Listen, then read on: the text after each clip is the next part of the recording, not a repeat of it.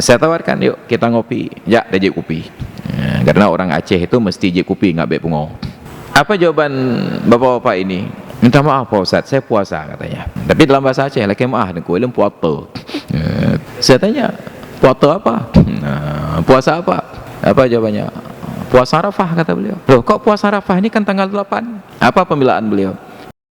Makanya sangat beruntung kita yang tinggal di Aceh, karena Aceh ini adalah orang yang paling telat sholat subuh se-Indonesia. Nggak ada yang menyaingi kita. Di Indonesia yang paling telat sholat subuh orang Aceh. Kenapa? Karena kita adalah waktu Indonesia Barat yang paling barat. Yang sanggup mengalahkan kita hanya 2. Ilmu tanyo benar, amai tanyo benar, kure tanyo benar, ngak selamat dunia akhirat. Yang kedua, di bulan Zulhijjah terdapat beberapa ibadah yang khusus yang hanya bisa dikerjakan di bulan tersebut, tidak berlaku di bulan yang lain.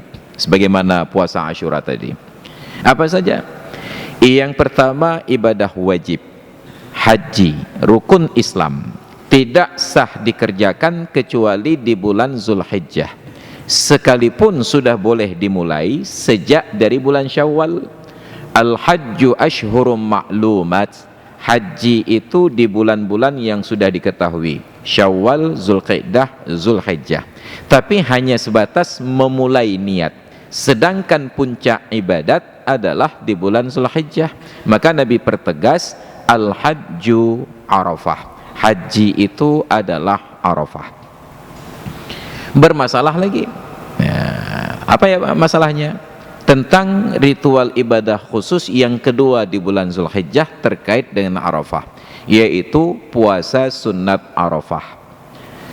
Puasa sunat Arafah ini terkait dengan waktu, bukan terkait dengan tempat. Kenapa? Karena Arafah dalam literatur fikih itu adalah nama untuk 2 perkara. Yang pertama nama tempat. Dan ternyata tempat itu sejauh yang saya tahu ada di 2 lokasi. Yang pertama di Mekah, Padang Arafah, dan yang kedua di Serambi Mekah, Desah Arafah, Belang Padang. Yang kedua, Arafah itu adalah nama waktu, yaitu untuk hari yang ke-9 di bulan Zulhijjah. Maka ketika Nabi sebutkan dalam hadis tadi, Al-hajju Arafah, haji adalah Arafah. Arafah yang dimaksud di dalam hadis tersebut merujuk kepada 2 perkara sekaligus, tempat dan waktu. Maka baru sah haji seseorang apabila sudah berniat haji dan sempat berwukuf di Padang Arafah di tanggal 9. Ada orang berniat haji di Prada, pada tanggal 9 dia wukuf di Belang Padang, tidak sah hajinya. Ada orang di Padang Arafah tanggal 9 Zulhijjah tetapi tidak berniat haji, juga tidak sah hajinya. Maka haji itu menyebutkan Arafah dengan 2 makna sekaligus, di tempat yang bernama Arafah, di hari yang bernama Arafah. Nah, maka dalam hadis tentang haji wada, Nabi menyebutkan 2 perkara itu. Ka hurmati yaumikum hadza wa makanikum hadza, seperti mulianya hari kalian ini dan tempat kalian berada saat ini, yaitu di tanggal 9 Zulhijjah di Padang Arafah. Sunnat puasa Arafah di tanggal 9 Zulhijjah sesuai dengan lokasi. Jadi teringatlah saya suatu ketika sekitar 3-4 tahun yang lalu, kebetulan terjadi perbedaan penetapan 1 Zulhijjah antara Indonesia dengan Arab Saudi. Arab Saudi lebih cepat. Jadi saat di Arab jemaah haji sedang wukuf tanggal 9, kita di Aceh baru tanggal 8. Di hari tersebut salat duhurnya saya kerjakan di Masjid Baitus Salihin di Ulekaring. Selesai salat duhur, saya keluar dari masjid dan berpapasan dengan beberapa orang jamaah yang saya kenal sedang duduk bersandar di tiang-tiang bulat itu. Saya tawarkan, yuk kita ngopi. Ya, dia je kopi. Karena orang Aceh itu mesti je kopi, nggak be pungo. Apa jawaban bapak-bapak ini? Minta maaf Pak Ustaz, saya puasa katanya. Tapi dalam bahasa Aceh lah kemah dan kuilem puasa. Saya tanya, puasa apa? Puasa apa? Apa jawabannya? Puasa Arafah, kata beliau. Loh, kok puasa Arafah ini kan tanggal 8? Apa pembelaan beliau? Iya Pak Ustadz, saya puasa Arafah hari ini karena di Arab orang sedang wukuf. Jadi karena beliau mengkaitkan puasa Arafah hari ini karena di Arab sedang wukuf, spontan meluncur dari mulut saya pertanyaan berikutnya. Kalau begitu kenapa Anda sholat duhur sekarang sedangkan di Arab belum duhur? Ya. Beliau berpuasa Arafah hari ini karena di Mekah orang sedang wukuf. Artinya di Mekah tanggal 9. Kalau memang ibadat kita di sini mengikut di Arab, lalu kenapa sholat duhur sekarang sedangkan di Arab baru jam 9? Baru terdiam beliau. Jadi itu menunjukkan bahwa pemahaman kita sepotong-potong, tidak tuntas, tidak komprehensif. Maka ibadat itu berdasarkan sebab pada tempat di mana kita berada, bukan kembali ke Mekah. Kecuali saat kita berada di Mekah. Jangankan ke Mekah dulu, di Aceh saja. Ketika pertama kali saya berkunjung ke Surabaya sekitar 2017 yang lalu,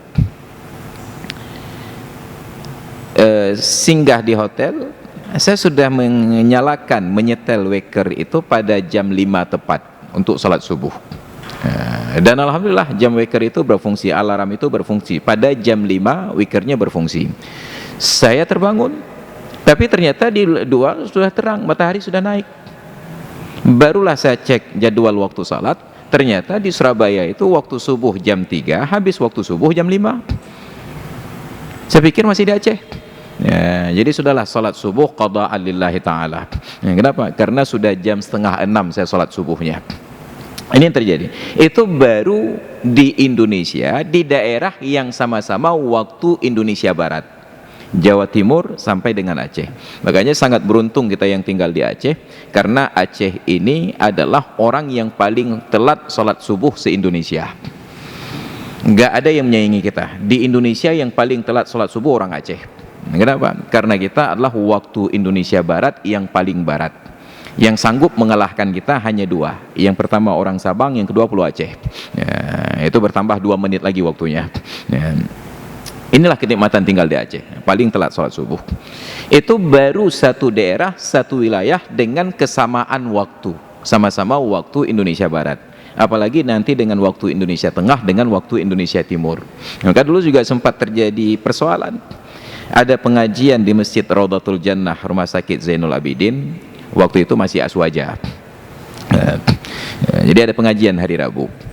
Menjelang sholat asar, ketua BKM-nya berikan selebaran kepada saya, Ustadz, mohon nanti setelah sholat asar kita kerjakan sholat gerhana bulan. Terkejut saya, ini kok gerhana bulan sholat asar? Mau bulan hidup Islam. Saat saya verifikasi, rupanya terjadi gerhana bulan di daerah Papua, waktu Indonesia Timur. Di sana sudah malam terbit bulan, kita masih siang. Saya katakan inilah salah satu persoalan ketika terjadi generalisasi persoalan, ketika terjadi universalitas persoalan. Sesuatu yang terjadi di tempat lain kita seragamkan terjadi di sini. Gerhana bulan di waktu malam, gerhana matahari di waktu siang. Bagaimana sholat gerhana bulan kalau waktunya masih siang? Oh nyo, baru nyo. Ya, jadi ada hal-hal bahkan di dalam satu negara tidak bisa bersamaan. Maka ibadat itu merujuk ke wilayah masing-masing. Jadi itu tentang puasa Arafah.